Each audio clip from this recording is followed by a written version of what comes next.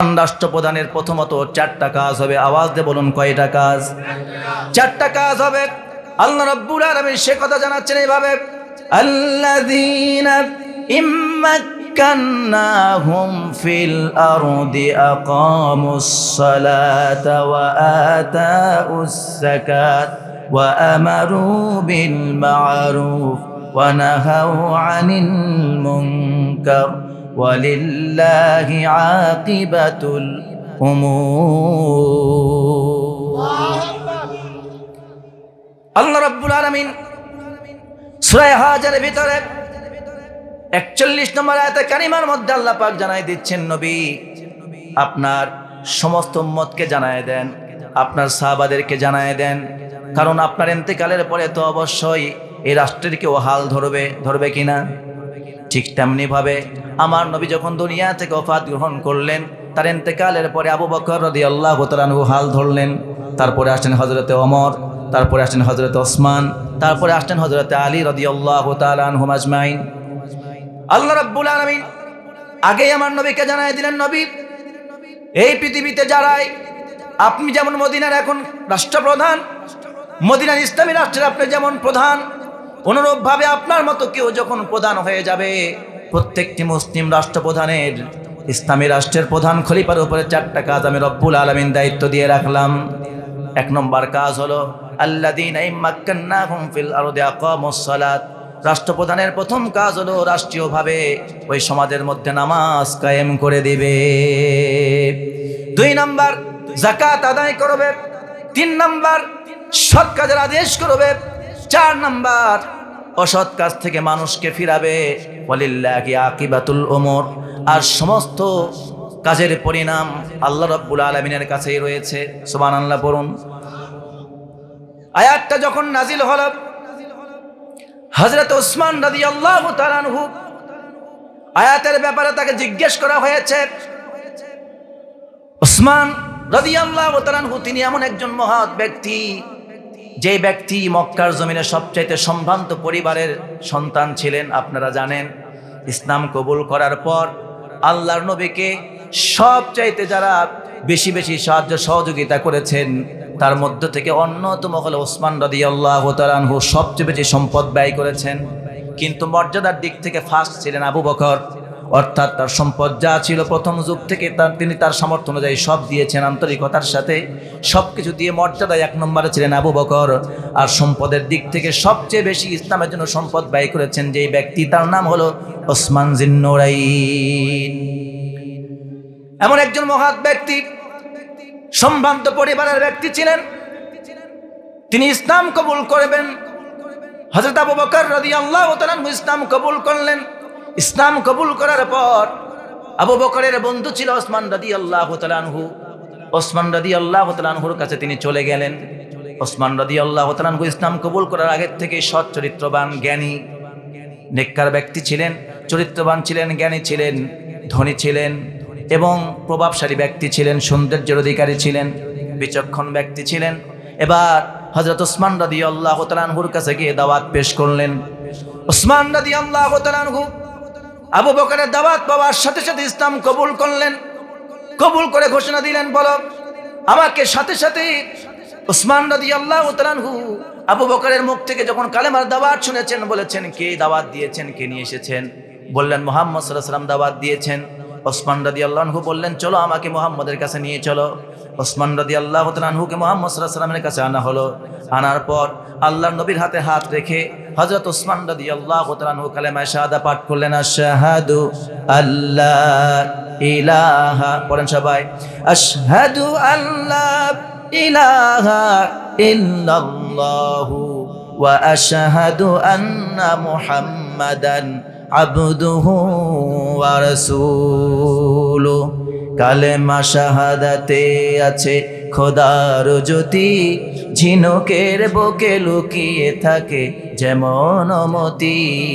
কালেমা শাহাদাতে আছে খোদার জ্যোতি, ঝিনুকের বুকে লুকিয়ে থাকে যেমন মতি। এই কালেমা জপে যে ঘুমেরও আগে, এই কালেমা জপে যে প্রভাতে জাগে, দুঃখের সংসার সুখময় হয় তার, দুঃখের সংসার সুখময় হয় তার, মুসিবত আসে না কো হয় না ক্ষতি। কালেমা শাহাদাতে আছে খোদার জ্যোতি, ঝিনুকের বুকে লুকিয়ে থাকে যেমন মতি। আলহামদুলিল্লাহ পড়েন। উসমান রাদিয়াল্লাহু তাআলা আনহু শাহাদা বাক্য উচ্চারণ করে বলেন, নবী মুহাম্মদ সাল্লাল্লাহু আলাইহি ওয়াসাল্লাম আপনি সাক্ষী থাকুন, আপনার সামনে আমি ঘোষণা দিলাম, আশহাদু আল্লা ইলাহা ইল্লাল্লাহ ওয়া আশহাদু আন্না মুহাম্মাদান আবদুহু ওয়া রাসূলুহু। আমি সাক্ষ্য দিলাম আল্লাহ ছাড়া কোনো ইলাহ নাই, আর এটাও সাক্ষ্য দিলাম আপনি মুহাম্মদ সাল্লাল্লাহু আলাইহি ওয়াসাল্লাম আল্লাহর বান্দা এবং রাসূল। ইসলাম কবুল করলেন মক্কায় সবচেয়ে সম্ভ্রান্ত পরিবারের মধ্যে একজন সন্তান ওসমান। দামি মানুষ, প্রভাবশালী ব্যক্তির প্রভাবশালী পরিবারের সন্তান, কিন্তু প্রভাবশালী পরিবারের সন্তান হওয়ার পরেও ওসমান রাদিয়াল্লাহু তাআলা আনহুকে ওরা গ্রেফতার করার ঘোষণা দিল। গোটা মক্কাবাসী খুশি উঠল, বলল কি ব্যাপার, সম্ভ্রান্ত পরিবারের লোক ওসমান, তার মতো একজন বিচক্ষণ ব্যক্তি, সেও ইসলাম কবুল করে ফেললো, ওসমানকে গ্রেফতার করো। ওসমানকে গ্রেফতার করে ফেললো, হাত পা মোড়া দিয়ে বেঁধে ফেললো। এরপর ঠিকমতো রশি দিয়ে বাঁধার পর চাবুক আর লাঠি দিয়ে পিটাতে আরম্ভ করলো। কিতাবের মধ্যে এসেছে মারতে মারতে ওসমান রাদিয়াল্লাহু তাআলা আনহু ভীষণ সুন্দর চেহারার মানুষ ছিলেন, লাল বর্ণের সুন্দর চেহারার মানুষ ছিলেন। মারতে মারতে ওসমান রাদিয়াল্লাহু তাআলা আনহুর পুরা শরীরটাকে কালো কুচকুচে বানায় দিল। শুধু তাই না, এবার চাটাইয়ের মধ্যে করে পেঁচায় নিল, লোহার চাটাইয়ের মধ্যে পেঁচায় দিয়া তার ভেতরে ঝাল জাতীয় জিনিস দিয়ে আগুন ধরায় দিল। আর ওসমান রাদিয়াল্লাহু তাআলা আনহুকে চাটাইয়ের মধ্যে দিয়ে মুখ বন্ধ করে দিল, যাতে করে ঝাল জাতীয় আগুনের ধোঁয়া পেয়ে ওসমান কষ্ট পেয়ে যেন ইসলাম ত্যাগ করে ফেলে।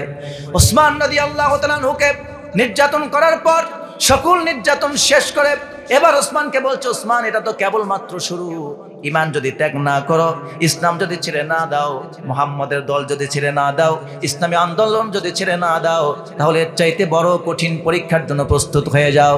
ওসমান রাদিয়াল্লাহু তাআলা আনহু জবাব দিয়ে বললেন, মক্কার কাফেরেরা শোনো, আমি জেনে বুঝে এক আল্লাহর প্রতি ঈমান এনেছি, জেনে বুঝে মুহাম্মদ সাল্লাল্লাহু আলাইহি ওয়াসাল্লামকে রাসূল হিসেবে স্বীকৃতি দিয়েছি।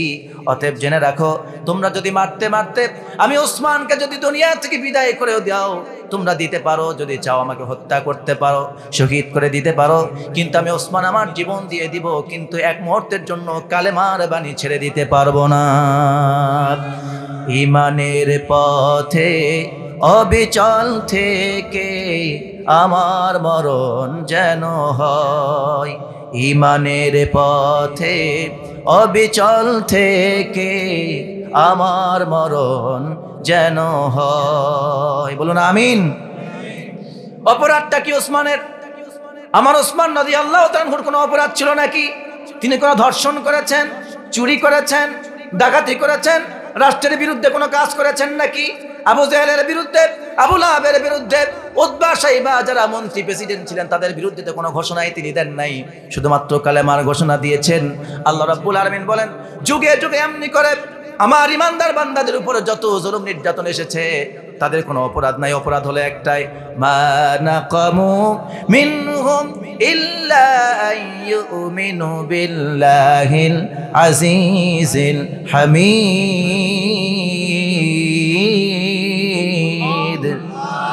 তাদের অপরাধ হলো একটাই, তারা এক আল্লাহর প্রতি ঈমান এনেছে। এই ঈমান আনার অপরাধে কাফের মুশরিকরা তাদের উপরে প্রতিশোধ গ্রহণ করেছে। ওসমান রাদিয়াল্লাহু তাআলা আনহু ইসলাম কবুল করলেন, সে অপরাধে তাকে গ্রেফতার করে এমন করে মার অত্যাচার শুরু করলো। এক পর্যায়ে সম্ভ্রান্ত পরিবারের একজন নেতা পরিবারের সন্তান ওসমান রাদিয়াল্লাহু তাআলা আনহু বলেন, আমি মক্কায় থাকতে পারলাম না, অবশেষে আমার নবী আমাকে পরামর্শ দিলেন, ওসমান মক্কায় থাকা যাবে না, হিজরত করে চলে যাওয়া আবিসিনিয়ায়। আমি হাবশায় হিজরত করে চলে গেলাম, সেখান থেকে হিজরত করে আবার এক পর্যায়ে মদিনায় চলে আসলাম। আল্লাহর নবী যখন হিজরত করে মক্কা থেকে মদিনায় চলে গেলেন, ঠিক তখন আবার হযরতে ওসমান রাদিয়াল্লাহু তাআলা আনহু নবীর কথা মতো আবার আবিসিনিয়া থেকে হিজরত করে ওখান থেকে মদিনায় চলে গেলেন। শেষ পর্যন্ত আমার নবী মুহাম্মদুর রাসূলুল্লাহ পরম সাল্লাল্লাহু আলাইহি ওয়াসাল্লাম মক্কায় ইসলামী রাষ্ট্র কায়েমের জন্য চেষ্টা করলেন, তাওহীদ প্রতিষ্ঠার জন্য চেষ্টা করলেন, কিন্তু মক্কার কাফের মুশরিকরা মেনে নিল না। সবাই সক্রিয় বিরোধিতা শুরু করলো, প্রত্যেকটি পরিবার থেকে বিরোধিতা শুরু করলো। এক পর্যায়ে আমার নবীকেই তারা হত্যা করার ষড়যন্ত্র করলো। আল্লাহ রাব্বুল আলামিন তার নবীকে মক্কা থেকে হিজরত করে মদিনায় নেওয়ার পর আল্লাহ পাক স্মরণ করায় দিচ্ছেন, ও নবী স্মরণ করো সেই সময়ের কথা। ওয়া ইয ইয়ামকুরু বিকাল্লাযীনা কাফারু লিইসবিতুকা আও ইয়াকতুলুকা আও ইখরিজুক ওয়া ইয়ামকুরুনা ওয়া ইয়ামকুরুল্লাহ ওয়াল্লাহু খায়রুল মাকিরিন। আল্লাহর নবী আল্লাহ পাক তাকে স্মরণ করে দিচ্ছেন, ও নবী স্মরণ করা সেই সময়ের কথা যখন মক্কার সমস্ত কাফের মুশরিকেরা, আবু জেহেল, আবু লাহাব, উতবা, শাইবা, ওয়ালিদ ইবনে মুগিরা, আবু সুফিয়ান পর্যন্ত প্রত্যেকে মক্কার বড় বড় কাফেররা যখন আপনার বিরুদ্ধে ষড়যন্ত্র করলো, আমি রব্বুল আলামিন একটা তাদের বিরুদ্ধে কৌশল করলাম, সঙ্গে সঙ্গে তাদের কৌশলের উপর আমি আল্লাহর কৌশলটা বিজয় হয়ে গেল। সুবহানাল্লাহ পড়ে। তারা কি ষড়যন্ত্র করলো? লিয়াসবিতুক আও ইয়াকতুলুক আও ইখরিজুক। তারা তিনটা ষড়যন্ত্র করলো। আপনাকে বন্দী করে ফেলবে, জেলখানায় আটকায় রাখবে। মুফাসসিরিনে কেরাম বলছেন মক্কার সংসদে, পার্লামেন্টের মধ্যে অর্থাৎ দারুন নদওয়ার মধ্যে মক্কার কাফের মুশরিকরা এক জায়গায় হয়ে গেল। এক জায়গায় হওয়ার পর তারা পরামর্শ করলো, সমস্ত মন্ত্রী মিনিস্টারদের নিয়ে, এমপিদেরকে নিয়ে পরামর্শ করে বলতেছে মুহাম্মাদের বিরুদ্ধে কি সিদ্ধান্ত নেওয়া যায়, মুহাম্মাদের বিরুদ্ধে কি পদক্ষেপ নেওয়া যায়। কথা শুনতেছেন আপনারা? মুহাম্মদ সাল্লাল্লাহু আলাইহি ওয়াসাল্লামের বিরুদ্ধে কি পদক্ষেপ নেওয়া যায়? মক্কার একটা পার্লামেন্ট ছিল, তার নাম দারুন নদওয়া। কি নাম ছিল? দারুন নদওয়া। এখানে পরামর্শ হলো, তিনটা সিদ্ধান্ত হলো। জোরে বলেন কয়টা? প্রথম সিদ্ধান্ত হলো লিয়াসবিতুক, তাকে বন্দী করো। কাকে বন্দী করবে? কথা বলে না, কাকে বন্দী করবে? সেই ব্যক্তিকে বন্দী করবে যেই ব্যক্তি হচ্ছেন রাহমাতুল লিল আলামিন, সমগ্র বিশ্ব জগতের জন্য, সমগ্র জগতের জন্য যিনি রহমত, যিনি মানবতার মুক্তির জন্য এসেছেন, যিনি তাদের জন্য মুক্তির পথ খুঁজতেছেন, আজকে সেই মহামানবকে তারা বন্দী করে ফেলবে। সেই সিদ্ধান্ত নেবে। নাউযুবিল্লাহ বলুন। সেই সংসদের ভেতর থেকে আরেক সংসদ সদস্য ভেটো দিয়ে বলতেছে না, তাকে বন্দী করে রাখলে চলবে না, কারণ মুহাম্মদকে যদি বন্দী করে রাখো তাহলে এমন একটা সময় আসবে তার লোকেরা তাকে আন্দোলন করে জেলখানা থেকে বের করে নিয়ে চলে যাবে। অতএব বন্দী করে বেশি দিন তাকে জেলখানার মধ্যে রাখা যাবে না। দ্বিতীয় সিদ্ধান্ত কি হবে? তাহলে তাকে আমরা বের করে দিব, মক্কা থেকে বের করে দিব। আর একজন আবার ভেটো দিয়ে বলতেছে না, আবু জেহেল বলতেছে না, এটাও করা যাবে না। কেন করা যাবে না? আমরা যদি মক্কা থেকে বের করে দেই মুহাম্মদকে, তাহলে আমাদের দেশ, রাষ্ট্র, আমাদের জনপদ, আমাদের গোত্র সব নিরাপদ হয়ে যাবে।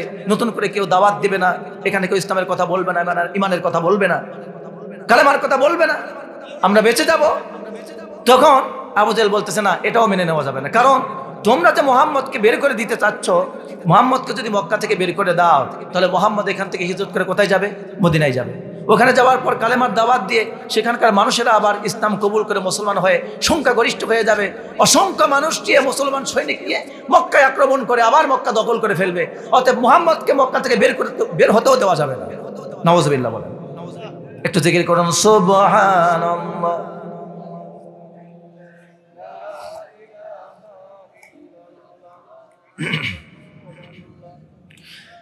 সুবহানাল্লাহ ওয়ালহামদুলিল্লাহ লা ইলাহা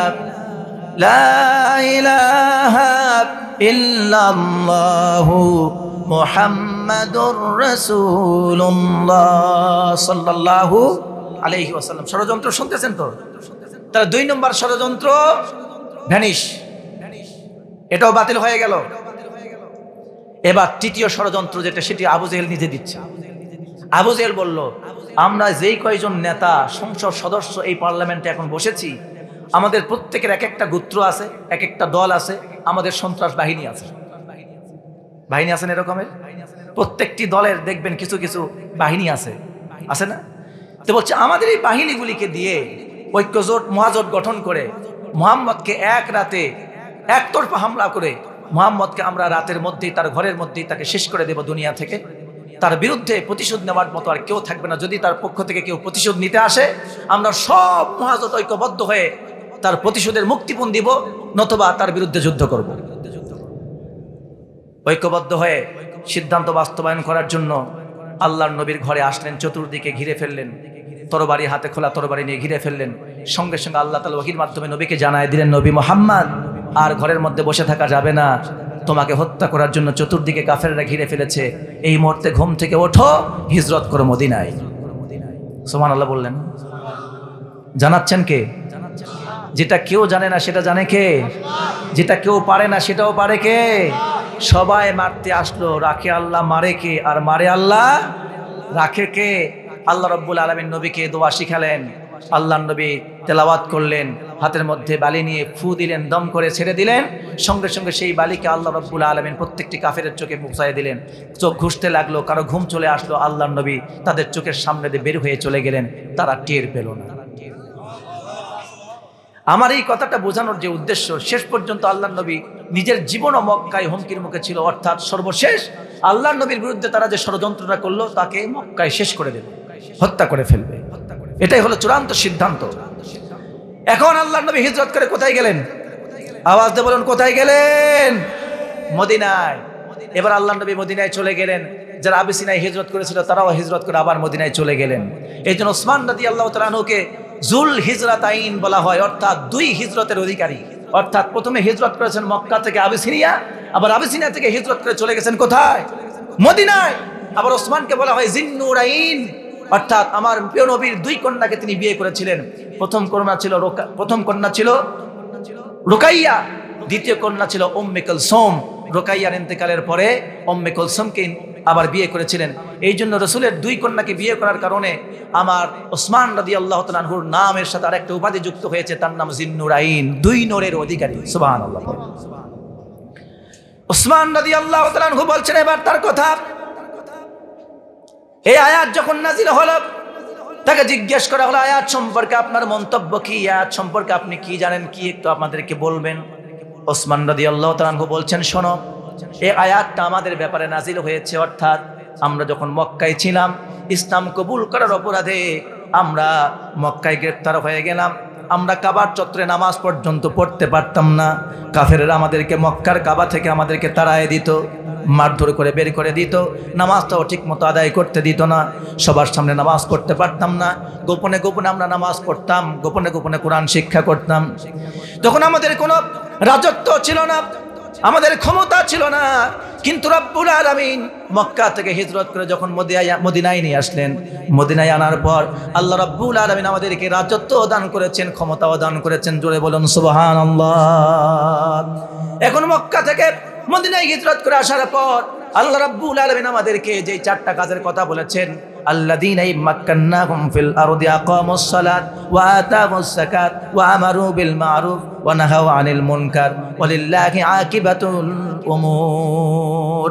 এখন চারটা কাজ আমরা মদিনায় এসেছি, হিজরত করে যখন মদিনায় আসলাম, মদিনায় আসার পরে আমরা এখন রাসূলুল্লাহ সাল্লাল্লাহু আলাইহি ওয়াসাল্লামের নির্দেশ অনুসারে 5 ওয়াক্ত নামাজ আমরা কায়েম করি, যাকাত আদায় করি, সৎ কাজের আদেশ করি, অসৎ কাজে এখন নিষেধ করতে পারি।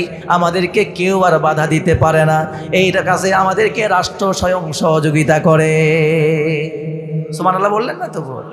এখন আপনার সামনে যদি কোনো সন্তান মদ খায়, এখানে মাহফিল এখানে চলতেছে, আপনি এমন কি যদি বাস্তব প্রমাণ চান, মাহফিলের প্যান্ডেলের বাইরে যান, কত ছেলে মেয়ে আপনার চোখের সামনেই বেপরদায় চলতেছে। কত ছেলে আপনার চেয়ে অনেক ছোট, আপনার ছেলের বয়সের বয়স, সেও আপনার সামনে একটা হুকা টানাচ্ছে, সিগারেট টানাচ্ছে, ইয়াবা খাচ্ছে, গাঁজা খাচ্ছে। আপনার নিষেধ করার ক্ষমতা না, নিষেধ করলে আপনার গালে 2 থাপ্পড় মারবে। এটা কেন হয়েছে? ইসলামী কল্যাণ রাষ্ট্র না থাকার কারণে। সেই কথাই আপনাদেরকে বলবো। অর্থাৎ এতক্ষণ পর্যন্ত আপনাদেরকে শোনালাম যে ইসলামী রাষ্ট্র কায়েম করতে গিয়ে সাহাবায়ে কেরামদেরকেও মার খেতে হয়েছে, ঘর বাড়ি ছাড়তে হয়েছে, জায়গা জমি ছাড়তে হয়েছে, ব্যবসা বাণিজ্য ছাড়তে হয়েছে, স্ত্রী সন্তান ছাড়তে হয়েছে, এমনকি নিজের মাতৃভূমি মক্কা সেটাও ছেড়ে ভিন দেশে গিয়ে ইসলামের রাষ্ট্র কায়েমের জন্য কাজ করতে হয়েছে। ঠিক কিনা বলুন? তো আপনাদেরকে আমাদেরকেও বর্তমানে যারা ইসলামী রাষ্ট্রের পক্ষে কথা বলি, ইসলামী কল্যাণ রাষ্ট্রের কথা বলি, দিন কায়েমের কথা বলি, কোরআনের সমাজ ব্যবস্থা কায়েমের কথা বলি, আপনাকেও আমাকেও প্রয়োজন হয়তো দেশ ছাড়তে নাও হতে পারে, কিন্তু বাড়ি ছাড়া লাগতে পারে, আপনার জীবন হুমকির মুখে পড়তে পারে, আপনার ব্যবসা বাণিজ্য আবারও হুমকির মুখে পড়তে পারে। আপনার বিরুদ্ধে আবারও মামলা আসতে পারে, কিন্তু আল্লাহ রসুলের সেই কোরআনী সমাজ ব্যবস্থা কায়েম করতে গিয়ে আমরা পিছপা হব না, হব না, হব না। ঠিক কিনা বলুন মুসলমান? কথা বোঝাতে পারছি এবার? তাহলে এবার বলুন, দিন কায়েমের জন্য আমাদের ত্যাগ করতে হবে কিনা? চলে আসছে। আচ্ছা, আলহামদুলিল্লাহ, আমাদের হুজুর অলরেডি চলে এসেছেন। 10টার মধ্যে স্টেজে চলে আসবেন ইনশাআল্লাহ। বলুন বলেন আলহামদুলিল্লাহ। আল্লাহ তো আমাদের হুজুরকে সুস্থতার নিয়ামত দান করুন এবং মাহফিলে এসে আলোচনা করবার মতো আল্লাহ তাআলা তাকে তৌফিক দান করুন। বলুন আমিন। জো ভাইয়েরা আমার, এবার ইসলামী রাষ্ট্র কায়েম হয়ে গেল মদিনায়। জোরে বলুন, কি কায়েম হয়ে গেল? ইসলামী রাষ্ট্র কায়েম হয়ে গেল। এবার বলুন তো, এই রাষ্ট্রের সার্বভৌমত্বের মালিক কে? আওয়াজে বলুন, এই রাষ্ট্রের সার্বভৌমত্বের মালিক কে? আমার নবী তার জীবনে কোনোদিন একটি কথাও কি বলেছেন যে এই মদিনার সমস্ত সার্বভৌমত্বের মালিক মদিনার জনগণ? কথা বলেন, বলেছেন? এই রাষ্ট্রের আইন কানুনের একমাত্র মালিক উৎস হলো জনগণ। জনগণ যা বলবে তাহাই আইন হবে। এই কথা কি আমার নবী জীবনে কোনোদিন বলেছেন? আমার নবীর সংবিধান কি সাহাবায়ে কেরামদেরকে দিয়ে তিনি একটা সংসদে একটা পরামর্শ করে তিনি আইন তৈরি করেছিলেন, না তার আইন কানুন সবকিছু আল্লাহ দিয়েছিলেন? আওয়াজ দিয়ে বলুন, কে দিয়েছিলেন? আল্লাহ দিয়েছিলেন। এই জন্য আল্লাহ বলেছেন আলা লাহুল খালকু ওয়াল আমর। সৃষ্টি যার, আইন চলবে। ইনিল হুকমু ইল্লা লিল্লাহ। আল্লাহ বলছেন হুকুম দেওয়ার মালিক, আইন দেওয়ার মালিক একমাত্র আল্লাহ। জোরে বলেন, কে? আমার আল্লাহ তা'বুদু ইল্লা ইয়্যাহু যালিকা দ্বীনুল কাইয়্যিম। আল্লাহ বলছেন এই যে নির্দেশ তোমাদেরকে দেওয়া হলো, এক আল্লাহ ছাড়া করে ইবাদত করবে না। আর হুকুম দেওয়ার একমাত্র মালিক আল্লাহ, আইন দেওয়ার মালিক একমাত্র আল্লাহ। এই দুইটা হুকুম মেনে নেওয়া আর ইবাদত একমাত্র আল্লাহর করা, এটাই হলো তোমাদের দ্বীন, এটাই তোমাদের ইসলাম। এর বাইরে তোমরা যেতে পারবে না। সুবহানাল্লাহ পড়েন। সুতরাং হুকুম দেওয়ার মালিক, আইন দেওয়ার মালিক একমাত্র কে? আল্লাহ। তিনি তার আইনেও কাউকে শরীক করেননি, আসমান জমিন সৃষ্টিতেও কাউকে শরীক করেননি, এমনকি তার ইবাদতের মধ্যেও কোনো শরীক আছে? সুতরাং সেই আল্লাহ তাআলা, আল্লাহ রাসূল সাল্লাল্লাহু আলাইহি ওয়াসাল্লাম ঘোষণা দিলেন মদিনায় আজ থেকে এই রাষ্ট্রের সার্বভৌমত্বের একমাত্র মালিক হচ্ছেন আল্লাহ। বিধানও একমাত্র কে দিবেন? আল্লাহ রাব্বুল আলামিন মদিনার সমস্ত মানুষের স্বতঃস্ফূর্ত সহযোগিতায়, সকলের পরামর্শে ইসলামী রাষ্ট্র এবং তার বিধান মেনে নেওয়ার জন্য সবাই যখন রাজি হয়ে গেল, আল্লাহর নবী তখন এবার ঘোষণা দিয়ে দিলেন সমস্ত মুসলমানদেরকে, যারা কালেমা পড়ে মুসলমান হয়েছো, তোমাদের প্রত্যেকের উপর এখন থেকে 5 ওয়াক্ত নামাজ পড়া ফরজ। 5 ওয়াক্ত নামাজ কি ফরজ? এই নামাজ পড়া কি আমরা তো ব্যক্তিগতভাবে 5 ওয়াক্ত নামাজ পড়ি, অনেকেই পড়ি না। আমরা 5 ওয়াক্ত নামাজ পড়াকেই মনে করি এটাই নামাজ কায়েম। নামাজ কায়েম এটা হলো ব্যক্তিগত কায়েম, অর্থাৎ আপনি ব্যক্তিগতভাবে নামাজ কায়েম করেছেন, কিন্তু এই নামাজ আপনি সমাজে কায়েম করেন নাই। ব্যক্তিগত নামাজ কায়েম করা মানে নামাজের হুকুম আহকাম সবকিছু আপনি নিয়মিত পালন করে নামাজ আদায় করেন।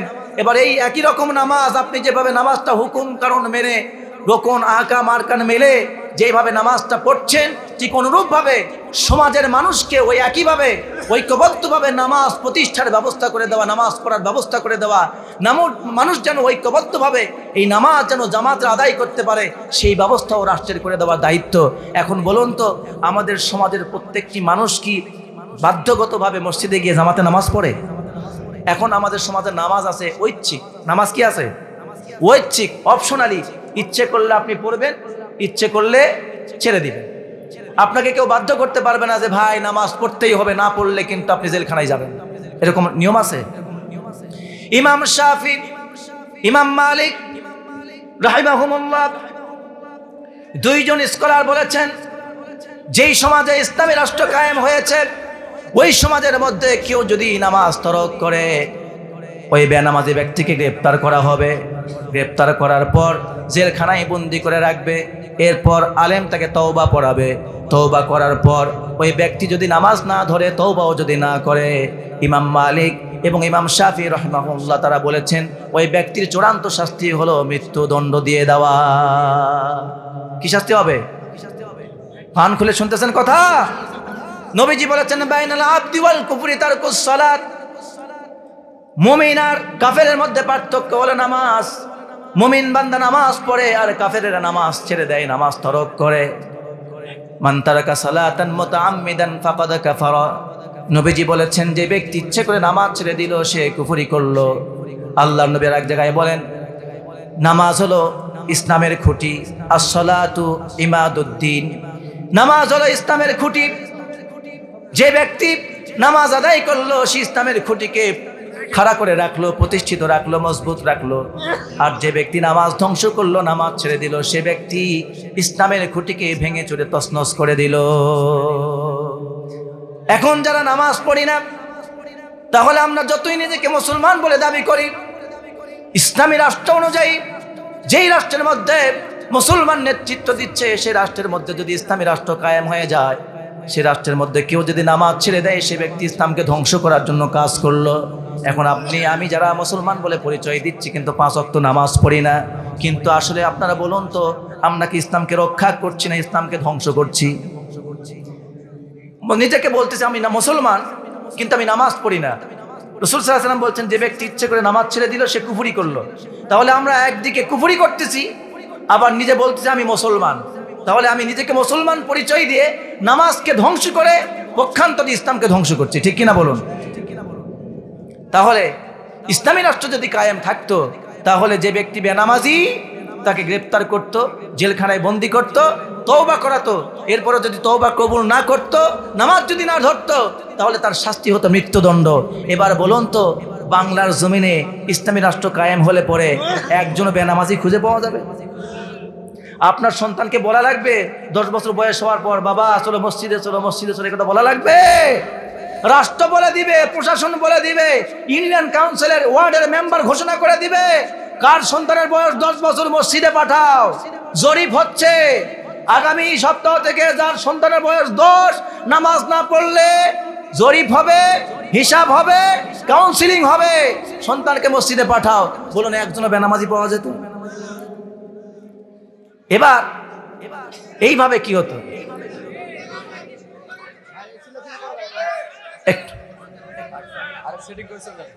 ওরা সেটিং করে চলে যাবে, তাহলে 1 নম্বর ইসলামী রাষ্ট্রের 1 নম্বর কল্যাণকর কাজ হলো নামাজ কায়েম করবে। জোরে বলুন কি করবে? নামাজ কায়েম করবে। এখন আপনারা বলুন তো জাহান্নামে যাওয়া মুসলমানদের জন্য প্রধানতম জাহান্নামে যাওয়ার প্রথম কারণ কি? নামাজ না পড়া। জোরে বলুন কি না করা? নামাজ না পড়া। মুসলমানরা যে জাহান্নামে যাবে, অন্যান্য ধর্মের লোকেরাও জাহান্নামে যাবে, সেটা হচ্ছে ঈমান না আনার কারণে।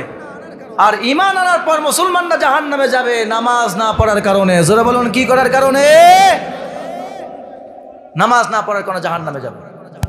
জাহান্নামীদেরকে যখন প্রশ্ন করা হবে কেন জাহান্নামে আসলে, জাহান্নামীরা একটা জবাব দিয়ে বলবে, তাদেরকে বলা হবে কেন জাহান্নামে এসেছো, জাহান্নামীরা জবাবে বলবে ক্বালু লাম নাকু মিনাল মুসাল্লিন ওয়া লাম নাকু নুতঈমুল মিসকিন ওয়া কুন্না নাখুদু মাআল খাইদিন ওয়া কুন্না নুকাযযিবু বিয়াউমিদ্দিন। সুবহানাল্লাহ। এখানে নামাজিরা যারা জাহান্নামে যাবে, যতগুলো জাহান্নামী আছে প্রশ্ন করা হবে যারা ঈমানদার তাদেরকে বলা হবে তোমরা তো কালেমা পড়েছিলে দুনিয়ায়, তোমরা তো মুসলিম ছিলে, জাহান্নামে এসেছো কেন? তখন মুসলিমরা জবাব দিয়ে বলবে আমরা জাহান্নামে আসছি কয়েকটি কারণে, তার মধ্য থেকে প্রধানতম কারণ হলো আমরা নামাজি ছিলাম না। কি ছিলাম না? নামাজি ছিলাম না। এই পৃথিবীতে আল্লাহ তাআলা যত নবী এবং রাসূল পাঠিয়েছেন প্রত্যেকটি নবী ছিলেন নামাজি। প্রত্যেকটি নবী কি ছিলেন? আর প্রত্যেকটি নবী হচ্ছেন সমাজের আদর্শবান নেতা ছিলেন। যদি বলেন কি ছিলেন? আল্লাহ রাব্বুল আলামিন সে কথা কোরআনে বলছেন এইভাবে, ওয়াজআলনাহুম আইম্মাতান ইয়াহদুনা বিআমরিনা ওয়া আওহাইনা ইলাইহিম ফি'লাল খায়রাত ওয়া ইকামাস সালাত ওয়া ইতাআস যাকাত ওয়া কানু লানা আবিদিন। আল্লাহ রাব্বুল আলামিন বলেন, নবী ইব্রাহিম আমি আপনাকে নেতা বানিয়েছি, ইমাম বানিয়েছি, আর আমি রব্বুল আলামিন আপনাকে ওহীর মাধ্যমে অর্ডার করছি, আপনি মানুষকে কল্যাণের দিকে আহ্বান করুন, নামাজ কায়েম করুন, যাকাত আদায় করুন। আর নবীরা প্রত্যেকেই ছিলেন আল্লাহ তাআলার একান্ত অনুগত বান্দা, ইবাদতকারী বান্দা, আল্লাহর অনুগত বান্দা, আনুগত্যশীল বান্দা ছিলেন প্রত্যেক নবী। কোন নবী আল্লাহ তাআলার হুকুমের বাইরে এক মুহূর্ত চলেন নাই। সুবহানাল্লাহ। আমার নবীকে রব্বুল আলামিন অর্ডার করছেন, অর্ডার করুন আর নিজে নামাজ পড়ুন, নামাজ প্রতিষ্ঠিত করুন। আর আমি তো আপনার কাছ থেকে রিজিক চাই না, রিজিক আমি আল্লাহ দেই। জোরে বলুন তো, রিজিক দেন কে? আল্লাহ বলছেন নবীকে, নবী তুমি নামাজ কায়েম করো, নামাজ পড়ো, তুমি নিজে নামাজে দাঁড়াও, পরিবারকে নামাজের জন্য অর্ডার করো, তোমার উম্মতকে নামাজের জন্য অর্ডার করো, তোমার সাহাবীদেরকে নামাজের জন্য আহ্বান করো, নামাজ প্রতিষ্ঠিত করো, নিজে নামাজে দাঁড়াও। আমি তো তোমাদের কাছ থেকে রিজিক চাই না, রিজিক তো আমি দেব, আর তোমরা করবে আমার ইবাদত। চিৎকার দিয়ে বলুন সুবহানাল্লাহ। এখান থেকে ছোট্ট একটা কথা বোঝাতে চাই। এবার বলুন তো, নবী তো নবী, আবার রসুল পাশাপাশি আমাদের নেতাও কিনা?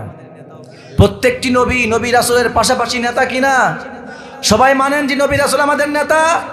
কারা কারা নেতা মানেন না? এবার কারা কারা নবী রাসূলকে নেতা মানেন? হাত তুলে দেখান তো, হাত নামান। এবার ছোট্ট করে একটা কথা বলি, কিন্তু আমাদের বাংলাদেশে কিছু কিছু লোক আছে, ছাগলের 3 নম্বর বাচ্চা, ও নিজেকে মুসলমান বলে পরিচয় দেয়, কিন্তু এই কথা বলে রসুলকে রসুল মানি কিন্তু নেতা মানি না। কথা শুনেছেন আপনারা? কথা শুনলে তো এতক্ষণ তো একটা নাউজুবিল্লাহর আওয়াজ শুনতে পারতেন। মনে হয় শোনেন নাই, ক্যামেরা দেখতেছেন নাকি? ক্যামেরাম্যান সবকটা কয়ে দেবো, ক্যামেরা ঘুরে দেন, এদের চুপ থাকা যেন ভিডিও করে এর ভাইরাল করে দেয়। আমাদের দেশের কোন নেতা যদি বলে আমরা মুসলমান, কালেমা পড়েছি, কোরআন বিশ্বাস করি, আল্লাহকে বিশ্বাস করি, রসুলকে বিশ্বাস করি, কিন্তু নেতা মানি না, পরিমাণ আছে? কথা বলেন, ইমান আছে? রসুল তিনি রসুল, তিনি নবী নবী, নবী এবং রসুল পাশাপাশি সমস্ত মানবতার জন্য, সেই জামানার জন্য, সেই যুগের জন্য প্রত্যেকটি নবী সেই যুগের নেতা। আর বিশেষ করে লেটেস্ট অ্যান্ড ফাইনাল মুহাম্মদুর রাসূলুল্লাহ সাল্লাল্লাহু আলাইহি সাল্লাম, তিনি গোটা বিশ্ববাসীর জন্য নেতা। ঠিক কিনা বলুন? এখন যারা রাসূলুল্লাহকে রসুল মানবে, আল্লাহ রসুল বিশ্বাস করবে, নেতা মানবে না, ওর ঈমান আছে না গেছে? নতুন করে ঈমান আনার ঘোষণা দিতে হবে কিনা? মিডিয়ার সামনে যেভাবে বলেছে রাসূলুল্লাহকে নেতা মানি না, রসুল মানি, ওই ব্যক্তিকে ততদিন পর্যন্ত আমরা মুসলমান বলতে পারি না। ওই ব্যক্তি পাগলই থাকবে আজীবন পর্যন্ত, যতক্ষণ পর্যন্ত মিডিয়ার সামনে আবার না বলবে রসুল তো রসুল, পাশাপাশি সমস্ত মুসলমানদের নেতা। জোরে বলুন ঠিক কিনা? এখন এবার ছোট্ট করে আর একটা প্রশ্ন আপনাদের করি। আমার রসুলের মধ্যে গুণ ছিল, তিনি নামাজি ছিলেন। জোরে বলুন, কি ছিলেন? তার দাওয়াত ছিল কালেমার দাওয়াত। কিসের দাওয়াত ছিল? তিনি উম্মতকে ডেকেছেন কোরআনের দিকে, উম্মতকে ডেকেছেন কোরআনের দিকে, ইসলামের দিকে, এক আল্লাহর তাওহীদ প্রতিষ্ঠার জন্য। এখন আমি আপনাদেরকে প্রশ্ন করতে চাই, আপনারা যেই সব নেতার গোলামি করেন, আনুগত্য করেন, অনুসরণ করেন, ছাগলের যদি ন্যূনতম বুদ্ধি আপনাদের মাথায় থাকে, যদি ছাগলের যেই বুদ্ধি আছে এই বুদ্ধি যদি মাথায় থাকে, আপনারা একটু জবাব দিয়ে বলুন তো, আপনাদের নেতারা কি আপনাদেরকে 5 ওয়াক্ত নামাজ কায়েম করার কথা বলে? কোরআন বুঝে পড়ার কথা বলে? আপনাদেরকে কি রোজা রাখার কথা বলে? আপনাদেরকে মা বাবার খেদমত করার কথা বলে? আপনাদেরকে এই কথা নেতারা বলে? ও আমার দেশের জনগণ, কর্মীরা, আমরা এই দেশে আল্লাহর নবীর সমাজ ব্যবস্থা কায়েম করতে চাই, আল্লাহর কোরআনের সমাজ ব্যবস্থা কায়েম করতে চাই, তোমরা সহযোগিতা করো, এই কথা বলে? যারা বলে না তারা আপনাদের নেতা হতে পারে না। তারাই হলো এই সমাজের 2 নম্বর ছাগলের 3 নম্বর বাচ্চা, তারা হলো মুনাফিক, ধোঁকাবাজ। আওয়াজ দিয়ে বলুন ঠিক কিনা মুসলমান? যেই নেতার মধ্যে নামাজের চরিত্র নাই, যেই নেতার মধ্যে কোরআনের দিকে ডাকার চরিত্র নাই, যেই নেতা কোরআনের সমাজ ব্যবস্থা কায়েম করার কথা বলতে ভয় পায়, ও নেতার তো ঈমান নিয়ে সমস্যা আছে। নেতা হবে কই থেকে? জোরে বলুন ঠিক কিনা মুসলমান? আরে ছাগলকে যখন কোনো ব্যক্তি নিয়ে যায়, সামনে যদি একটা পানির ড্রেন দেখতে পায়, ও দেখতে দেখতে ঠিকই আসতেছিল, কিন্তু যখন একটা পানির ড্রেন দেখে তখন সঙ্গে সঙ্গে 2 পা সামনে ব্রেক কষে পিছনের দিকে লাফ মারে। ঠিক কিনা বলেন? ছাগল বুঝাতে চায় যে নেতা, তুমি যে আমার গৃহস্থ, আমার যে দড়ি ধরছো, আসলে তুমি আমাকে ইচ্ছা কি পানির মধ্যে ফেলানো নাকি ওপারে ঘাস খাওয়ানো? কথা ঠিক কিনা বলেন? যখন বসেছি না, নেতার ওই গৃহস্থ যখন টানাটানি দেখে বুঝতে পারে রাখালের যে না, সে আমাকে আসলেই ঘাস খাওয়ানোর জন্য নিয়ে যাচ্ছে, এই জন্য জোরে টানতেছে, আর আমিও যদি একটা লাভ দেই তাহলে ওপার গিয়ে সুন্দর মতো ঘাস খেয়ে পেট ভরে আবার বাড়ি ফিরতে পারবো। আপনার মধ্যে যদি ছাগলের এই ন্যূনতম জ্ঞান থাকে, তাহলে আপনার বোঝা উচিত নেতা যে ডাকতেছে আমাকে, ওই নেতার পথে গেলে আসলে আমি জাহান্নামে পড়বো নাকি জাহান্নাম বাদ দিয়ে জান্নাতে যাই, ঠিক কিনা বলেন? আরে ভাই, ওই নেতার ডাকে যদি আপনি সাড়া দেন, ওই ব্যক্তি তো দুনিয়ার তন্ত্রমন্ত্র কায়েমের জন্য কাজ করবে সারা জীবন। আমরা কোনো ব্যক্তিগতভাবে দলের কথা বলি না, আমি আপনাকে বলছি আপনার দল যেটা ABCD A to Z, আপনার যে কোনো একটা হতে পারে XYZ, কে হবে আপনার এটা আমার মাথা ভাঙার বিষয় না, কিন্তু প্রত্যেকটি দলের মাঝে কোরআনের জন্য সমাজ ব্যবস্থা কায়েমের কথা থাকে, জোরে বলুন ঠিক কিনা মুসলমান? যদি মুত্তাকি হন তাহলে আল্লাহর পক্ষ থেকে লাভ আছে, শুধুমাত্র ইমানি লাভ, আমলের লাভ আর জান্নাতের লাভ এমনটা না যে যে কেউ রব্বুল আলামিন বারাকা দান করবেন। সুবহানাল্লাহ পড়েন। আল্লাহ বলছেন ওমাই ইয়াত্তাকিল্লাহা ইয়াজআল লাহু মাখরাজা, যে ব্যক্তি আল্লাহকে ভয় করবে আল্লাহ রব্বুল আলামিন তার সকল প্রকার বিপদ আপদ থেকে বের হওয়ার রাস্তা বের করে দিবেন। যদি আমাদের ভিতরে তাকওয়া থাকে, ইউসুফ আলাইহিস সালামকে যখন সেই যুগের প্রথম জুলাইখা, এই বিশ্বের মানচিত্রে প্রথম জুলাইখা যখন আসলো, সেই জুলাইখা ইউসুফ আলাইহিস সালামকে ঘরের মধ্যে আবদ্ধ করে একদম 7 ঘর বন্ধ করে ভিতরের রুমে নিয়ে তার চরিত্র নষ্ট করবার জন্য চেষ্টা করলো। ইউসুফ আলাইহিস সালাম বললেন, আমি মুত্তাকি, আমি আল্লাহকে ভয় করি। কাকে ভয় করি? ইন্নী আখাফুল্লাহ, আমি আল্লাহকে ভয় করি।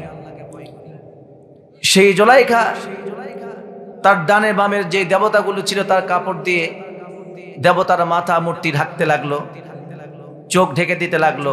ইউসুফ আলাইহিস সালাম জিজ্ঞেস করলেন, এগুলি করছেন কেন? বলছে, আমাদের এই মাবুদ, তার পূজা করি, সে দেখে ফেলবে, লজ্জায় পড়ে যাবে, আর আমিও লজ্জিত হব।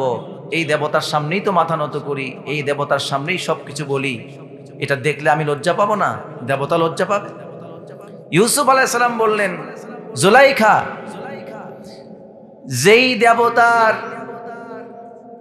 বাক শক্তি নাই, কথা বলার ক্ষমতা নাই, শ্বাস নিতে পারে না,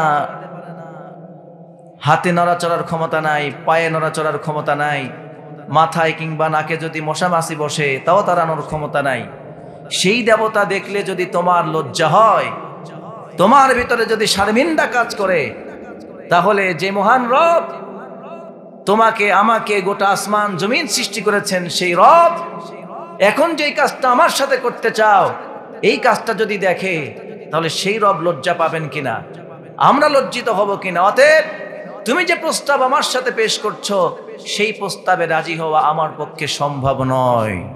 সুবহানাল্লাহ বলতে পারলেন না? ইউসুফ আলাইহিস সালাম এই কথা বলে টার্ন ব্যাক করলেন, পিছনের দিকে দৌড় দিলেন। সঙ্গে সঙ্গে রব্বুল আলামিন প্রত্যেকটি ঘরের দরজার তালাগুলি যা ছিল অটোমেটিক, আল্লাহ রব্বুল আলামিন কুদরতের মাধ্যমে তালা খুলে ইউসুফ আলাইহিস সালামকে বের করে দিলেন। আর আস্তে বলেন, কারণ সুবহানাল্লাহ, শয়তান বললে তো আমাদের আবার ইমানের সমস্যা হবে। আল্লাহর নাম শয়তান সহ্য করতে পারে না। যত এগুলি সুন্দর করে বলবেন, মহাব্বত দিয়ে বলবেন, আন্তরিকতার সাথে বলবেন, তত শয়তান বেজার হবে, শয়তান তত দূরে যাবে। আর যতবার সুবহানাল্লাহ পড়বেন, ইব্রাহিম আলাইহিস সালাম, এটা তো মেরাজের মাস, ইব্রাহিম আলাইহিস সালামের সাথে যখন আল্লাহর নবী সাক্ষাৎ করলেন, ইব্রাহিম আলাইহিস সালাম বলেছিলেন, মুহাম্মদ, তুমি তোমার উম্মতকে গিয়ে বলে দিও, জান্নাতের মাঝে বিশাল জায়গা ফাঁকা পড়ে আছে, তোমার উম্মতরা যদি বেশি বেশি তাসবিহ সুবহানাল্লাহ পড়ে, তাহলে আল্লাহ তাআলা জান্নাতের এই ফাঁকা মাঠগুলিকে আল্লাহ রব্বুল আলামিন বৃক্ষ, তরুলতা, ফল ফলাদির গাছ দিয়ে ওইগুলিকে উর্বর বাগান বানিয়ে রাখবেন।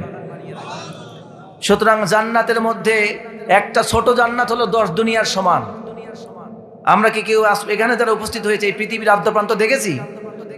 তাহলে আল্লাহ যে জান্নাতটা আপনাকে আমাকে দিবেন, সেই জান্নাতটা হবে এই পৃথিবীর 10 দুনিয়ার সমান, 10 পৃথিবীর সমান। এই একটা জান্নাত দিবেন, কত জায়গা মাঠ খালি পড়ে থাকবে। এটা কি খালি মাঠ চান না বাগান সহ চান? তো বাগান সহ যারা চান তারা এবার আওয়াজ দিয়ে পড়েন সুবহানাল্লাহ। ইউসুফ আলাইহিস সালাম পেছনে দৌড় দিলেন, আল্লাহ রাব্বুল আলামিন কুদরতের মাধ্যমে দরজা খুলে দিল, তালা ভেঙে বের হয়ে আসলেন। এমনি অটোমেটিক তালা খুলে যেতে লাগলো। যখন শেষ দরজা খুলে বেরিয়ে আসতেছেন, তখন জুলাইখা পেছন থেকে থাবা দিয়ে ইউসুফ আলাইহিস সালামের জামা টেনে ধরেছেন। ঠিক সেই মুহূর্তে মিশরে আজিজ মিশর সামনে হাজির। এখন ইউসুফকে দেখতে পাচ্ছেন যে পেছন থেকে তার স্ত্রী টেনে ধরেছে। আজিজে মিশর তো জানে যে অপরাধটা তার স্ত্রীর। অপরাধটা কার? স্ত্রীর। ইউসুফকে জিজ্ঞেস করলো, কেন দৌড়াচ্ছেন? কিন্তু কোনো কথার উত্তর দেওয়ার আগেই জুলাইখা মায়া কান্না অভিনয় শুরু করলো আর মিথ্যা প্রোপাগান্ডা ছড়িয়ে দিয়ে বলল, তুমি কেমন গোলাম আমার বাড়িতে রেখেছো, যেই গোলাম আমার অন্দরমহলে ঢুকে আমাকে ধর্ষণ করতে চায়। কি বলবেন আপনারা? নবীর বিরুদ্ধে অপবাদ। কার বিরুদ্ধে অপবাদ? আওয়াজে বলেন, কার বিরুদ্ধে অপবাদ? আওয়াজ কিন্তু ভিতরে নাই, কানেও নাই। মাইক এমনি ভালো, আওয়াজ কানে দেন, তা তাড়াতাড়ি দেন না। আমার কানে আওয়াজ ভালো, মানে টাস টাস করে ওটা আসছে না, ভাষা আওয়াজ আসতেছে। গলা টানে ধরবে তো, আমি চাপ দিলে আমার কোনটা চাপে বসবে। এমনি ভালো, সবই ভালো, সেটিংটা আরেকটু ভালো। তাহলে মনিটর তাহলে দেন, ঠিক করে দেন, এটা ঠিক করে দেন, এদিকে আওয়াজ দিয়ে দেন কানে টাস টাস করে। তো ইউসুফ আলাইহিস সালাম তিনি একজন নবী, অথচ নবীর বিরুদ্ধে। হ্যাঁ, এবার ঠিক আছে, এবার ঠিক আছে। এটা দরকার, বক্তার জন্য দরকার। ও আচ্ছা, ইউসুফ আলাইহিস সালাম তিনি নবী, সাধারণ মানুষ না নবী? একটা আওয়াজ আপনাদের দিতে হবে, আমি কিন্তু কথা শুরু করিনি। ইউসুফ আলাইহিস সালাম কি সাধারণ মানুষ না নবী? নবীর বিরুদ্ধে পৃথিবীর ইতিহাসে সর্বপ্রথম এক জুলাইখা মিথ্যা অপবাদ আনলো, প্রোপাগান্ডা আনলো, যেই ব্যক্তির বিরুদ্ধে তিনি হচ্ছেন একজন নবী। সেই নবীর বিরুদ্ধে যে অপবাদটা আনলো, সে অপবাদ কি অপবাদ? না না, মিথ্যা অপবাদ। তো কিসের অপবাদ? আওয়াজ দিয়ে বলেন। এখনো ভয় আছে? আর নতুন জুলাইখা আছে? প্রথম জুলাইখা আগে শেষ। দ্বিতীয় যে জুলাইখা ছিল, সেই জুলাইখাও বাংলাদেশ থেকে নাই, সেই জুলাইখাও মাত্র 45 মিনিট সময় নিয়ে দেশ থেকে পালাইছে। ঠিক কিনা বলেন? সুতরাং নতুন তার জুলাইখা নাই যে আপনাদের বলতে ভয় আছে। আছে ভয়? যখন বের হয়ে গেলেন মিথ্যা ধর্ষণের মামলা দিয়ে ইউসুফ আলাইহিস সালামকে 1 বছর 2 বছর না 12 বছর জেলখানার মধ্যে ঢুকায় রাখে। নাউজুবিল্লাহ বলেন। আল্লাহ কোরআনে বলেছেন, ইন্না কাইদাকুন্না আযীম। আরেক জায়গায় বলছেন, ইন্না কাইদাশ শাইতানি কানা দাঈফা। জিন এবং ইনসানের পুরুষ ষড়যন্ত্র, জিন এবং ইনসান, জিন এবং মানুষের মধ্য থেকে পুরুষের ষড়যন্ত্র যদি কোনো পুরুষ ষড়যন্ত্র করে, সেই ষড়যন্ত্র হয় দুর্বল। জিন শয়তান এবং মানব শয়তানের মধ্যে কেউ যদি পুরুষ ষড়যন্ত্র করে, সেই ষড়যন্ত্র হয় দুর্বল। আর জিন অথবা মানব শয়তানের মধ্যে কোনো মহিলা যদি ষড়যন্ত্র করে, আল্লাহ বলছেন ইন্না কাইদাকুন্না আযীম, এই ষড়যন্ত্র কঠিন ষড়যন্ত্র। মহিলার ষড়যন্ত্রে কেউ যদি পড়ে, সেই বেড়াজাল ছিন্ন করে বের হয়ে আসা জীবন নাস্তানাবুদ হয়ে যায়। সেই বেড়াজালে পড়েছিলেন আমাদের বিশ্ববরেণ্য নন্দিত মুফাসসিরে কোরআন, কোরআনের পাখি আল্লামা দেলোয়ার হোসাইন সাইদি রাহিমাহুল্লাহ। তাকে দীর্ঘদিন জেলখানার কারাগারে বন্দি করে ধুকে ধুকে মারার জন্য ফাঁসি যখন দিতে পারল না, ভারতের ষড়যন্ত্র বাস্তবায়ন করতে পারল না, তখন বিষাক্ত ইনজেকশন প্রয়োগ করে আমাদের বিশ্ববরেণ্য নন্দিত মুফাসসিরে কোরআন, কোরআনের পাখিকে দুনিয়া থেকে যারা বিদায় করে দিয়েছে, এরাও নব্য যুগের নতুন জুলাইখা এবং তার উত্তরসূরি। জোরে বলুন ঠিক কিনা? এখনো পর্যন্ত সেই ষড়যন্ত্র বাংলার জমিন থেকে বিদায় হয়নি। 5 আগস্ট চলে গেছে, কিন্তু এখনো পর্যন্ত মানুষের উপর জুলুম অত্যাচার চলছে, এখনো পর্যন্ত আলেমদের উপর অত্যাচার চলতেছে, এখনো পর্যন্ত অনেক আলেম ওলামাদেরকে গ্রেফতার করা হচ্ছে, এখনো অনেক মানুষকে গুলি করে হত্যা করা হচ্ছে, এখনো অনেক মানুষকে ছুরি মেরে হত্যা করা হচ্ছে, এখনো নির্দোষ নিরপরাধ মানুষের উপর মামলা হামলা দেওয়া হচ্ছে। বোঝা যাচ্ছে আবার নতুন করে নতুন ষড়যন্ত্র শুরু হয়েছে। ঠিক কিনা বলুন? যদি কেউ নতুন ষড়যন্ত্র করে, আল্লাহ রাসূল বলে দিয়েছেন, ইন্নাল্লাহা লা ইয়ামলি লিয-যালিম ফাইদা আখাযাহু লাম ইফলিতুহু। নবীজি বলছেন আমি জালেমকে ছাড় দিয়ে রাখি কিন্তু ছেড়ে দেই না। ফাইদা আখাযাহু লাম ইউফলিত, যখন আমি তাকে ধরি তখন চোখের পাতা ফেলবার সুযোগ দেই না, এর মধ্যেই তার জীবনের কর্ম সারা করে দেই। ইন্না বাতশা রাব্বিকা লাশাদীদ, আল্লাহ বলছেন সময় দিয়েছি, ঢিল দিয়েছি, এটাকে মনে করো না আল্লাহর দুর্বলতা। নাউযুবিল্লাহ, আল্লাহর দুর্বলতা আছে নাকি? সুতরাং এই বিশ্বে যত ষড়যন্ত্রই চলুক, আপনি যদি মুত্তাকি হতে পারেন, তাকওয়া অর্জন করতে পারেন, আল্লাহ বলছেন বিপদ থেকে বাঁচিয়ে দেওয়ার মালিক আমি আল্লাহ। ইউসুফ আলাইহিস সালাম যখন জুলাইখার ষড়যন্ত্রে পড়ে গেল, ইউসুফ আলাইহিস সালাম চাচ্ছিলেন এই জুলাইখার সাথে অপকর্মে লিপ্ত হওয়ার চাইতে আমার কারাগারে বন্দী হয়ে যাওয়া ভালো। আল্লাহর কাছে ডাক দিয়ে বলেন, আল্লাহ এই মুহূর্তে আপনি যদি আমাকে জুলাইখার ষড়যন্ত্র থেকে যদি হেফাজত না করেন তাহলে আমি অপবিত্র হয়ে যাব, আমি তো নাপাক হয়ে যাব, ক্ষতিগ্রস্ত হয়ে যাব। সঙ্গে সঙ্গে ইউসুফ আলাইহিস সালাম সর্বশেষ চেষ্টাটা করলেন, আল্লাহকে বললেন, আল্লাহ তোমার উপরে ভরসা করলাম, আর বাঁচার জন্য আমি পেছনের দিকে দৌড় দিলাম, এখন বাকি দরজা খুলে দেওয়ার দায়িত্ব তোমার। আল্লাহ রাব্বুল আলামিন কোরআনে কারিমে জানায় দিচ্ছেন সুন্দর করে, ওয়াল্লাযীনা জাহাদু ফীনা লানাহদিয়ান্নাহুম সুবুলানা। আল্লাহ বলছেন যারা আমার পথ খোঁজার জন্য চেষ্টা চালায়, ওয়াল্লাযীনা জাহাদু ফীনা লানাহদিয়ান্নাহুম সুবুলানা, হেদায়েতের পথ খুঁজতে কেউ যদি চেষ্টা চালায়, আমি আল্লাহ তার জন্য একটার দুইটা দরজা না, তার মুক্তির জন্য হাজারো দরজা আমি উন্মুক্ত করে দেই। ষড়যন্ত্রকারীরা একটা দরজা বন্ধ করবে, আর আমি আল্লাহ পাক তার জন্য হাজার দরজা উন্মুক্ত করে দেব। এটা পারেন কিনা? আওয়াজ দিয়ে বলেন পারেন কিনা? পারেন। সে আল্লাহ আছেন না? সে আল্লাহ আছেন কিনা? সে আল্লাহর উপর আমাদের বিশ্বাস আছে না নাই? ঈমান আছে না নাই? আশা আছে না নাই? ভরসা আছে না নাই?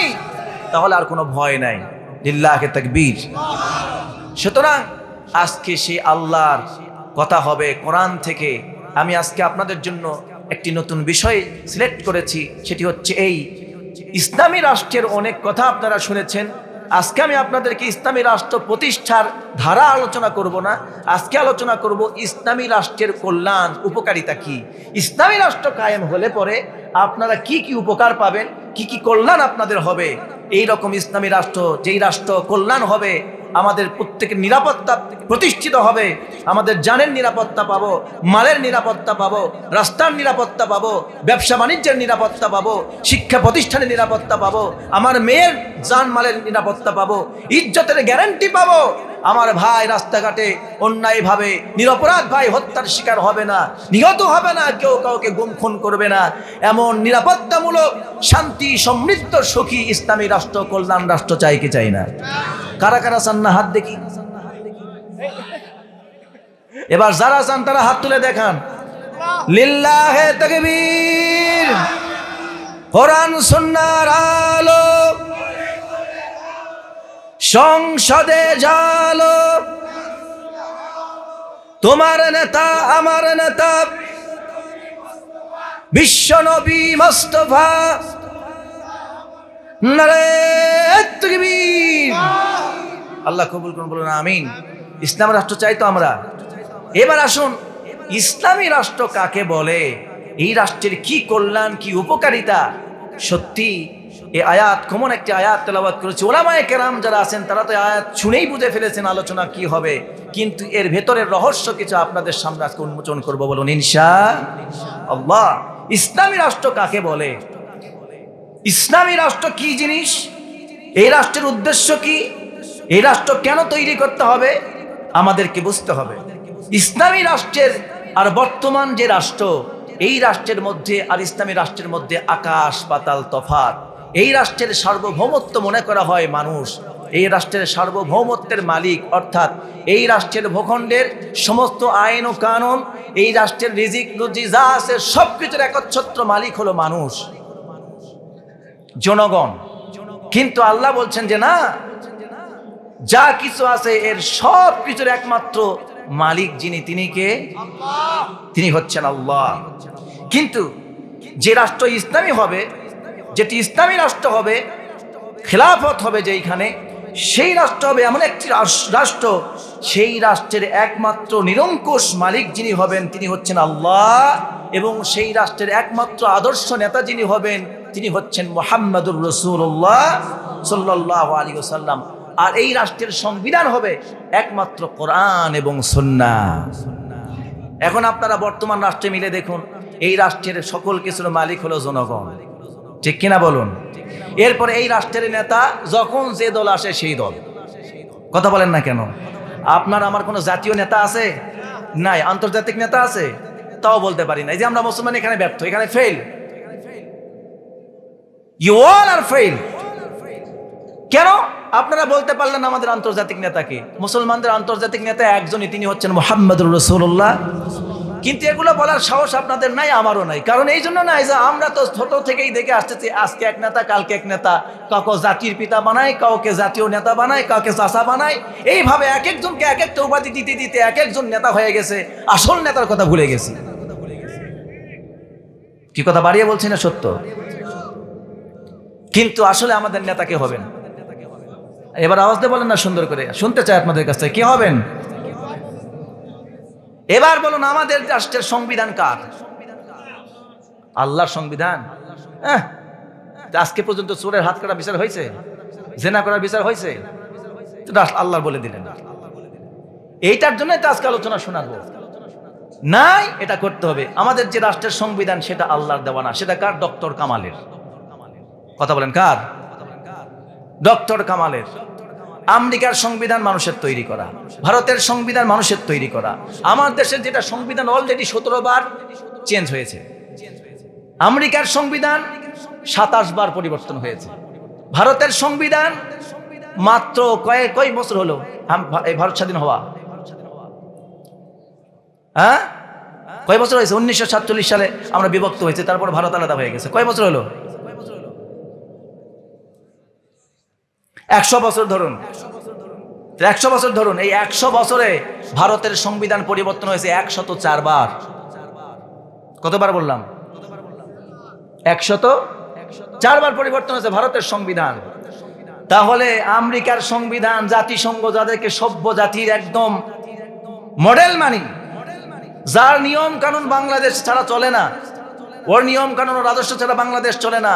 বাংলাদেশে যখন কোনো টক শোতে দেখা হয়, যদি কোনো একজন মৌলবী সাহেব ইসলাম নিয়ে কথা বলে, চারদিকে টক শোতে বসে মাথায় মুখে তো দাড়ি নাই, মাথা চান্দা, মুখগুলা বড় বড়, ক্লিন শেপ করে আসে। কেউ আবার মেয়ের মতো হয়ে বসে বলে, হুজুর আপনি তো ইসলামী রাষ্ট্র কায়েম করবেন, আপনি কি তাহলে একটা কথা পরিষ্কার করুন, আমাদের দেশের মেয়েদেরকে আপনারা কি চলার স্বাধীনতা দিবেন? আমাদের বিয়ে বাড়িতে এখনো গান বাজনা হয়, সেটা কি আপনারা বাজাতে দিবেন? আমাদের দেশে যাত্রা হয়, এই হয় সেই হয়, সিনেমা হয়, এগুলি আপনি চালাতে দিবেন? হুজুর বেকায়দা পড়ে যায়। এখন বলতে চায় যে এখন যদি এই কথা বলি তাহলে তো আমাকে সরাসরি জঙ্গিবাদ বলবে, মৌলবাদ, উগ্রবাদ। এদের দ্বারা এই দেশ চলবে না। এই দেশে হিন্দু আছে, খ্রিস্টান আছে, ইহুদি আছে, এমন অসংখ্য ব্যক্তি আছে, আর তাহলে আপনারা তাদের সব স্বাধীনতা হরণ করে ফেলবেন। এই কথা বলে আমার টকশোর মৌলবীদেরকে, আলেমদেরকে মুখে তালা দেওয়ার জন্য চেষ্টা করে এই রকমের কিছু বাটপার, নাস্তিক্যবাদী, মুনাফিক, মুসলমান নামধারী মুনাফিক আছে, যারা ইসলামের নাম বলে কিন্তু ইসলামের বিরুদ্ধে কাজ করে। এমন লোক আছে না নাই? এবার আপনি তাদেরকে উল্টা প্রশ্ন করুন, তুমি যেই আমেরিকার সভ্যতা নিয়ে কথা বলো, যে ব্রিটেন রাশিয়া নিয়ে কথা বলো, যেই ভারতের মুখ্যমন্ত্রী হয়ে এখানে বাংলাদেশে টকশোতে বসো, তোমার যদি আমেরিকার 27 বার সংবিধান পরিবর্তন হওয়া পচা সংবিধান যদি তোমার ভালো লাগে, তার কৃষ্টি কালচার দিয়ে বাংলাদেশ চালাতে যদি ভালো লাগে, তোমার যদি ওটা বাংলাদেশে রাজনীতি করার অধিকার থাকে, এই দেশ চালানোর যদি গণতান্ত্রিক অধিকার থাকে, তাহলে আমি মুসলিম, এই দেশে ইসলাম প্রতিষ্ঠিত হলে পরে আমি আব্রাহাম লিঙ্কনের আইন মানি না, আমি ডক্টর কামালের সংবিধান মানি না, আমি ভারতের কোনো সংবিধান মানি না, আমি আল্লাহর কোরআন মানি, নবীর সুন্নাহ মানি। আমার অনুশাসন দিয়ে মুসলমানরা চলবে, তোমার নাক গলায় কেন? আরে ভাই, তোমার যদি আমেরিকার সংবিধান ভালো লাগে, তুমি ওইটা দিয়ে বাংলাদেশ চালাতে চাও, চালাও। আমি তার বিরুদ্ধে বলে তোমার গা জ্বলে, তাহলে আমি মুসলিম হিসাবে আমি কোরআনের পক্ষ নিতে পারি কিনা? কথা বলে না, চুপ করে আছে। কি কথা কঠিন হয়ে গেছে? এবার কি বুকে বুকে লাগতেছে নাকি কারো? তাহলে আমি যদি মুসলিম হই, তাহলে আমি মুসলিম হিসাবে আমি ইসলাম নিয়ে কোরআন সুন্নাহর পক্ষে কথা বলবো, এই কথা বলতে গিয়ে আমাকে যদি রাজাকার বলে, জঙ্গি বলে, মৌলবাদ বলে, আবারও যদি আমাদেরকে আলেম ওলামাদের মতো করে যদি জেলে যাওয়া লাগে, ফাঁসির কাস্টে ঝোলা লাগে, তবু ইসলামের পক্ষ নিয়ে কোরআন সুন্নাহর সংবিধান বাস্তবায়নের জন্য প্রয়োজনে জেলে যাব, হাত পা হারাবো, জেল খাটবো, ফাঁসির কাস্টে ঝুলবো, জীবন দিব, রক্ত দিব, কিন্তু কোরআন সুন্নাহর রাজ কায়েম করার পর থেকে এক চুল ছড়ব না। যারা রাজি আছেন দুইটা হাত আল্লাহকে দেখান মুসলমানেরা। বুঝছি আপনারা যে বজলুর রশিদের শ্রোতা সেটা এখানেই বোঝা গেছে। তাকবীর দিবেন, তাকবীর দিলে বোঝা যাবে যে এখানে দিন কায়েমের কথা হচ্ছে। দিতেই হবে এমনটা না, তবে এগুলা দেওয়া হলে ইস মাহফিলের সৌন্দর্য। যে আপনাদের মধ্যে সাহাবায়ে কেরাম যখন যুদ্ধের মাঠে যেতেন, যখন যুদ্ধের আলোচনা করতেন, যখন রাসূল সাল্লাল্লাহু আলাইহি ওয়াসাল্লাম মাঠের জন্য সৈনিক প্রস্তুত করতেন, তখন তাদের ধ্বনি ছিল একটাই, আল্লাহু আকবার। ধ্বনি কি ছিল? কিন্তু আপনারা সেটা দিতে পারেন না, অন্তত একটা তো দিতে পারতেন, নারায়ে তাকবীর। এবার দেখি একজন ওমরের মতো কে পারেন দিতে, দেখি ওমরের মতো সাহস আছে কার, দেখি।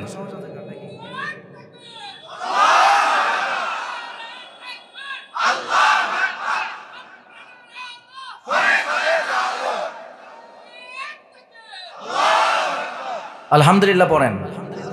কষ্ট হচ্ছে আপনাদের? বুঝতে পারতেছেন আমাদের পার্থক্যগুলো কোথায়? আচ্ছা, তাহলে আমাদের সংবিধানের বা পার্থক্য তিনটা আপনাদেরকে দেখালাম। আমাদের রাষ্ট্রের সার্বভৌমত্বের মালিক জনগণ। এই রাষ্ট্রের নেতা হলো এক এক দলের এক এক নেতা, আর এই রাষ্ট্রের সংবিধান হলো মানব রচিত। তাহলে আমাদের রাষ্ট্র, নেতা এবং সংবিধানের সাথে আল্লাহ তার কোরআন নবীর সুন্নাহর সাথে কোনো সম্পর্ক, এটা মেনে নিলে হবেন আমরা মুশরিক। এটা মেনে নিলে কি হয়ে যাব? মুশরিক হয়ে যাব।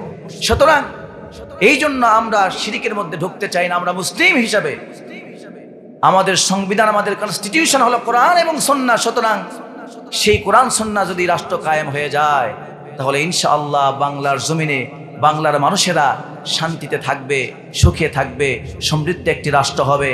এই রাষ্ট্রের প্রত্যেকটি মানুষ তার জাতীয় নেতার পরিচয় দিতে পারবে, জাতীয় ধর্মের, আন্তর্জাতিক ধর্মের পরিচয় দিতে পারবে, এই প্রত্যেক রাষ্ট্রের জাতীয় পতাকার পরিচয় দিতে পারবে, যা এখনো পর্যন্ত মানুষ দিতে পারে না।